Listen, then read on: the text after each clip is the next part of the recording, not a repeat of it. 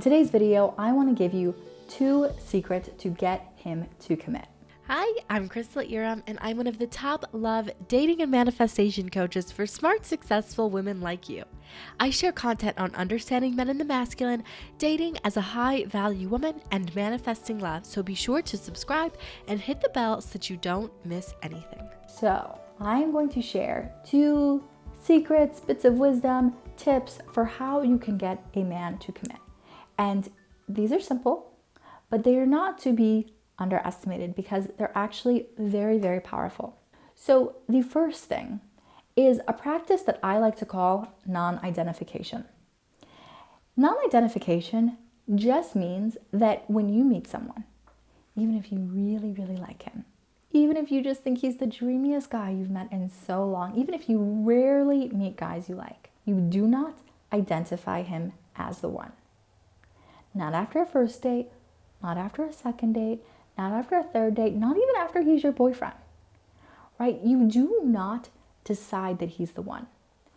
This sounds so simple, but this is something that women do all the time, right? Like you meet someone, you're like, oh my God, I really like him. I think that he could be the one. Is that crazy? It's like, yeah, that's crazy. You do not know this person. You literally just met. He's still a stranger. So stop doing that. Pull your energy back. Instead of deciding this person could be the one, you're going to just look at the actual qualities that are exhibited in that person and appreciate them, right? So if the reason you think that he could be the one is just that he's really funny and you know that he wants to get married and have children and he's clearly going to be such a good provider, instead of saying, oh, I think he could be my husband, I hope he's my husband, you just notice and appreciate those qualities. It's like you're saying to the universe, thank you for sending me a man who has these qualities. I know if it's not him, it's something better. Instead of, oh my God, I never meet people like this. I really hope that he's my husband because I do not want to start over. It's a shift in energy. One is going to feel so much lighter, so much easier, so much more open. And one is going to feel graspy, like you're trying to get something. So that is the first way to get him to commit to you. When you are not identifying him, he has space to actually pursue you, and you have the space to truly get to know him, to know if this is someone you actually want to be with. The second thing that you're going to do if you want to get him to commit is to tap into the feeling of what it would be like if you already had what you wanted. So a lot of times when we are wanting a relationship to move forward, we are fully focused on the lack, on scarcity, on why won't he commit to me? Why won't he move the relationship forward? This is never going to work out. Oh my gosh, am I going to actually have to start over again? This sounds terrible, right? And it creates this grasping energy where you're trying to move forward and you're feeling this anxiety and it's this very contracted, closed off energy. And it's repellent.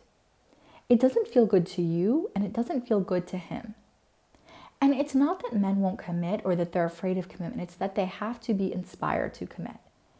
And a man is going to have so much more space to be inspired to commit when he can feel good around you, when being around you feels fun and light, when it's not this heavy thing where every time you see him, you're talking about the relationship. Every time you see him, you're like, where is this going? What's happening? Where are you standing now? Yes, we talked about this just 2 days ago, but now I'm confused again because nothing's changed, right? It's not going to be fun. It's not going to be fun for either of you. If you can tap into how would I feel if I already felt cherished?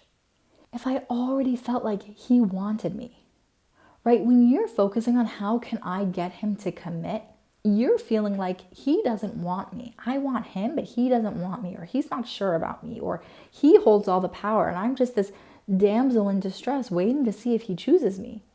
And that doesn't feel good. Right? You're feeling wanting, you're feeling lack, you're feeling hopeless. If you're already feeling totally cherished and fully adored, and you're like, of course he wants to commit to me. He should be so lucky to have me. It's such a different energy. It is simple, but it takes a bit of practice, and it means that you're going to have to keep coming back to it because chances are this isn't how you've been operating, right? You've probably been operating from this place of lack. But when you can move into this place of, I know that everything is going to work out, and if it's not him, it's someone else. Of course he wants to be with me. Like, I feel so good about where I am. I love being cherished. I love being treated this way. think about how differently you're going to show up, how differently you're going to treat him, and how differently you're going to treat yourself. Think about how different your energy is going to feel. So those are two very simple but very powerful practices to get him to commit. This was a short and sweet video because I really just wanted to give you these tidbits, and I hope that it really served you well. So that is all that I have for you today. I will see you in the next video.